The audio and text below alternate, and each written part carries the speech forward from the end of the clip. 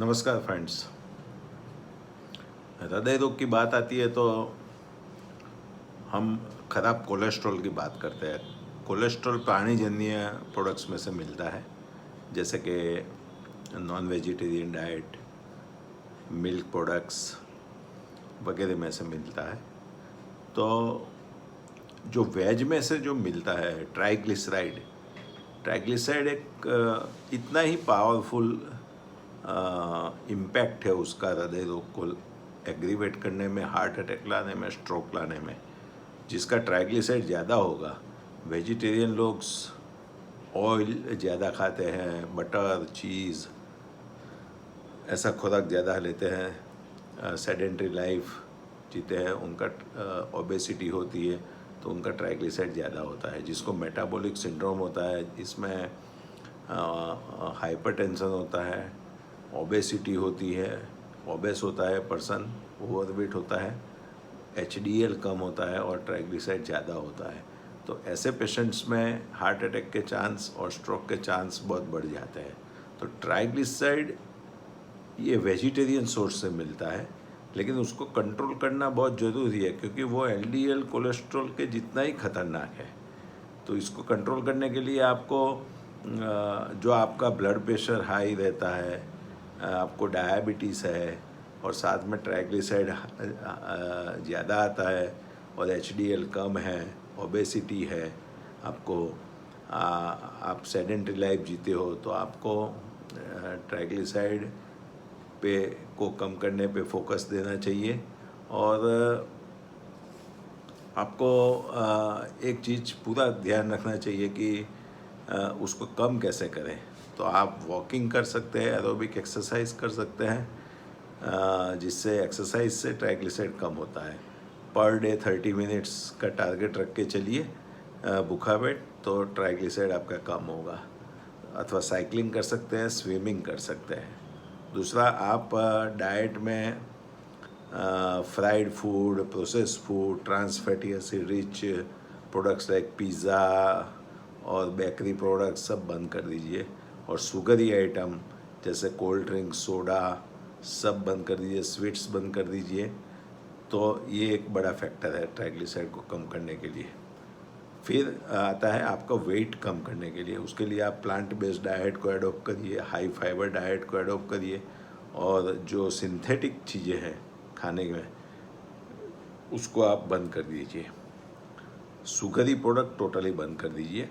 और insulin resistance भी एक कॉज है मेटाबॉलिक सिंड्रोम का, हाइपर इंसुलिनेमिया एंड इंसुलिन रेजिस्टेंस।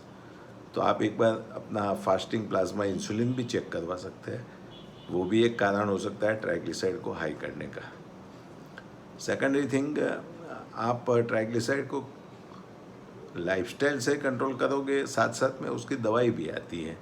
जैसे आप फाइब्रेट्स की दवाई आती है, उससे ट्राइग्लिसराइड को कम कर सकते हैं। Fish oil, fish products, roasted fish आप हफ्ते में 1 या 2 बार खा सकते हैं। जो लोग नॉन वेजिटेरियन हैं वो लोग ट्राइग्लिसराइड को कम कर सकते हैं। Cold water fish, salmon, mackerel, tuna, sardines वगैरह रोस्टेड फॉर्म में लेके ट्राइग्लिसराइड को कम कर सकते हैं। और फ्लैक्सीड एक चीज़ वेजिटेरियंस के लिए है, वो भी ट्राइग्लिसराइड को कम करता है। वो उसका आप मुखवास की तरह या ऐसे भी उसको रोस्टेड करके आप खा सकते हैं फ्लैक्सीड को। वो बहुत अच्छा ओमेगा 3 फैटी एसिड है, उससे आपको ट्राइग्लिसराइड कम होगा और HDL बढ़ेगा। तो HDL बढ़ाना वो बहुत ज़रूरी है और ट्राइग्लिसराइड को कम करना बहुत ज़रूरी है, जिससे आपका ब्लड प्रेशर कम होगा, आपका डायबिटीज़ कंट्रोल में आएगा। और दोनों को कंट्रोल करने के लिए प्रॉपर मात्रा में आप डाइट पे कंट्रोल करिए, सेडेंटरी लाइफ से दूर रहिए और वॉकिंग करिए या साइकिलिंग करिए या स्विमिंग करिए पर डे हाफ आवर। और साथ में ट्राइग्लिसराइड की वैल्यू 130 के बिलो रखना चाहिए आपको और हम लोग जो रिवर्सल ऑफ ब्लॉकेज में काम करते हैं वो लोग उसको 100 के नीचे रखते हैं ट्राइग्लिसराइड को, और LDL को हम उससे भी नीचे रखते हैं। तो ब्लॉकेज धीरे धीरे कम होते हैं, स्टेबलाइज होते हैं, प्रोग्रेस नहीं होते और रिवर्स होते हैं, और इन्फ्लेमेशन कम होता है। तो ट्राइग्लिसराइड का बहुत इंपॉर्टेंट रोल है। तो avoid processed food, bakery products, starchy food, वो सब बंद कर दीजिए। Avoid fried food and take omega-3 fatty acid rich food, and avoid saturated fat, and you can take maximum omega-3 fatty acid from flaxseed, soyabean, walnuts, उससे triglyceride कम होता है। और साथ में green vegetable, green leafy vegetables and fruits आपको लेने हैं as antioxidant. And walking is very much needed, and to stop sugar at all, that is very much needed to control the triglyceride and increase the good cholesterol HDL that wipe out bad cholesterol blockages from the arteries. Thank you very much.